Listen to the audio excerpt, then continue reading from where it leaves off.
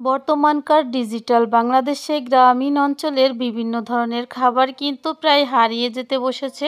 আর সেসব হারিয়ে যাওয়া খাবারের মধ্য থেকে একটি উপকরণ দিয়ে আজ আমি তৈরি করে দেখাবো ভিন্ন স্বাদের একটা পিঠা রেসিপি।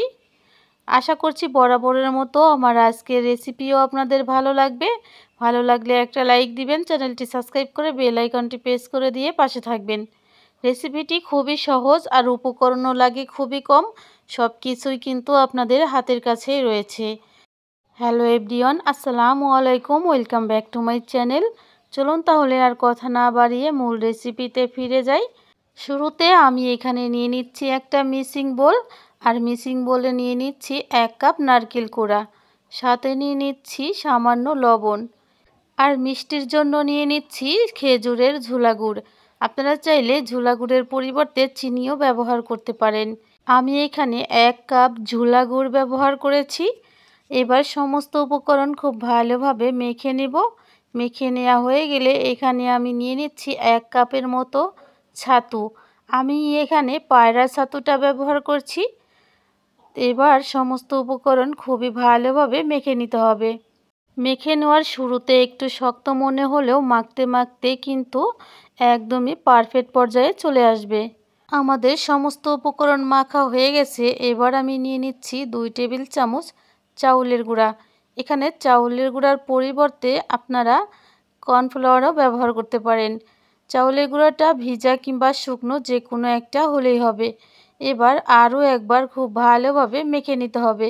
মেখে নেওয়ার এক পর্যায়ে এর মধ্যে অ্যাড করে দিতে হবে সামান্য একটু সয়াবিন তেল।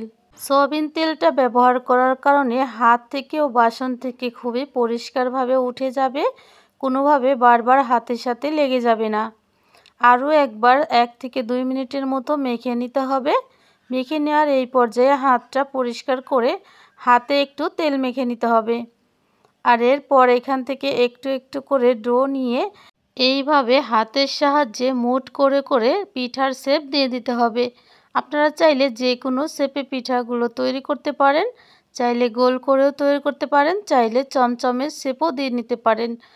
এক এক করে সেম প্রসেসে আমি সবগুলো পিঠা তৈরি করে নিয়ে তারপর ফিরে আসব। পিঠাগুলো আমার তৈরি করা হয়ে গেছে। এবার আমি একটা ছিদ্রযুক্ত চালনি নিয়ে নিচ্ছি, আর এই চালনির মধ্যে এক এক করে পিঠাগুলো দিয়ে দেব। এবার একটা পাত্রে পানি দিয়ে তার উপরে চালনিটা দিয়ে আমি ঢাকনা দিয়ে ঢেকে 5 মিনিটের জন্য ভাপ দিয়ে নেব। এতে কিন্তু তৈরি হয়ে যাবে খুবই সুস্বাদু একটা পিঠা। আপনারা চাইলে পিঠাগুলো শুধু ভাপ দিয়েই খেতে পারেন, আবার চাইলে এগুলো তেলে ভেজেও খেতে পারেন। তবে এই পিঠাগুলো আমার কাছে সবথেকে বেশি মজা লাগে তেলে ভেজে খেলে।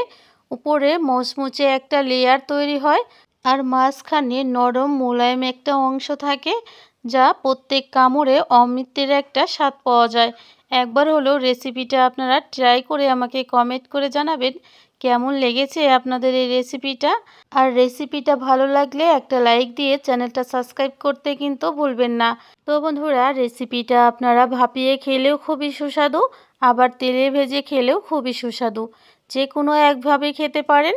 আর অবশ্যই আপনারা কমেন্ট করে জানাতে ভুলবেন না পুরনো খাবার দিয়ে ইউনিক একটা পিঠা আপনাদের কেমন লেগেছে। আজ এখানেই বিদায় নিচ্ছি, দেখা হবে আগামী পর্বে আগামী কোনো রেসিপিতে। সেই পর্যন্ত ভালো থাকবেন, সবাইকে ভালো রাখবেন। আল্লাহ হাফেজ, আসসালামু আলাইকুম।